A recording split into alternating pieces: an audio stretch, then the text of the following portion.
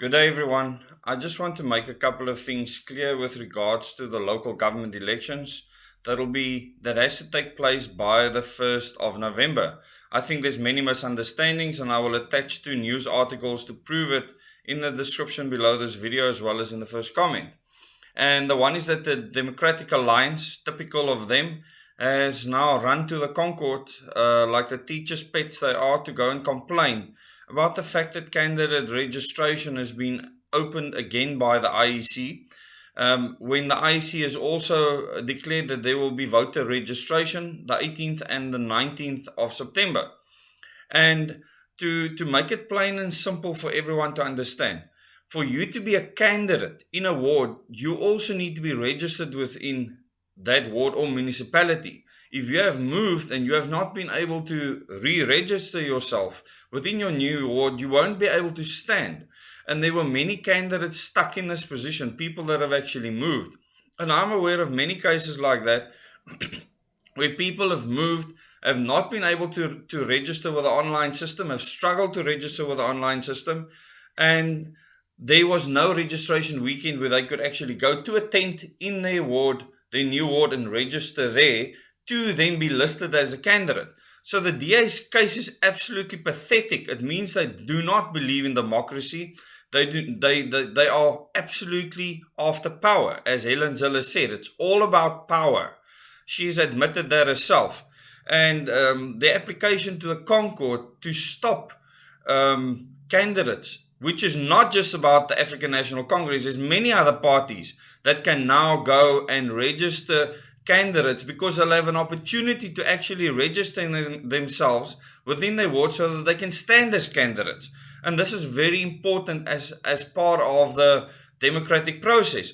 That if you don't do that, how can you call the elections free and fair when there was no voter registration weekend before? You cannot unlink candidate registration and voters registration. The two work together because the candidate needs to be registered in their ward. This is not rocket science, but obviously to the Democratic Alliance, they don't care about democracy. They care only about power. So when I go into these articles, you will see absolutely how farcical this is. And in the one article, the headline is, "This is about the right to stand for political office," Ramaphosa says, as IEC gives ANC a lifeline. Now, it's interesting that the News 24 chooses to say that the ANC was given a lifeline. No, the IEC did what was right.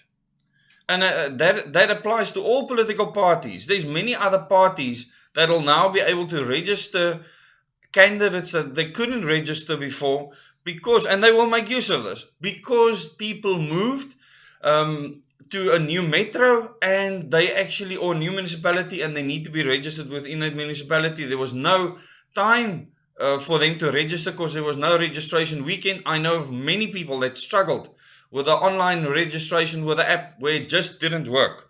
And I know this for a fact. So you cannot go and say that this is just about favoring the African National Congress. They might be the biggest beneficiary from this, but it's certainly not about them. And I can state that categorically. So if you look at the article where Ramaphosa says that it is about the right to stand for political office, he's absolutely correct. You should be able to stand for political office. That is enshrined in the current constitution with all its flaws. You have the right to stand for political office, and you can't stand if you could not register within the municipality. This is simple. And it says here, the Electoral Commission of South Africa decision to reopen candidate and voter registration is set to boost the ANC's local government election campaign. So they are focusing on the ANC instead of all the other parties as if they are irrelevant.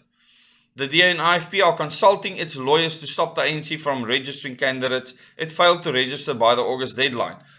The Concourt ruling that these people welcomed makes it open for the IEC to have a clean registration weekend, even although it's on a very tight timeline, as well as candidate registration after they've managed to register in their municipalities. And there's a very tight timeline that is given. So it's still going to be very tight for everyone to actually get all the paperwork done.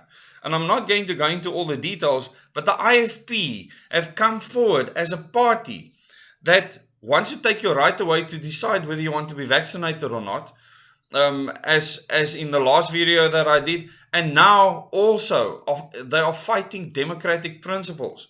And I find this interesting. I did not take them for a party that would be fighting for the New World Order ideologies the way I know the DA does.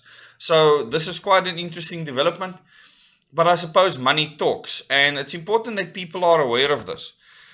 Fortunately, there will be alternatives, and I'll be doing videos very soon on the various political parties that will be standing in the elections. I will have a list of criteria, and I will contact those party spokespersons or leaders or whoever and ask them where they stand on these things. All the criteria I've mentioned to you before in the WOD's meetings, where you can find out what someone stands for. Their position on the United Nations, their position on comprehensive sexuality education, their position on liberty, and whether they actually understand the meaning of liberty, the greater good ideology versus the freedom to choose, and many other things. I will write the criteria out and I will list them, and I'll put it in a playlist called Political Party Viewpoints. And then you will be able to see clearly where everyone stands.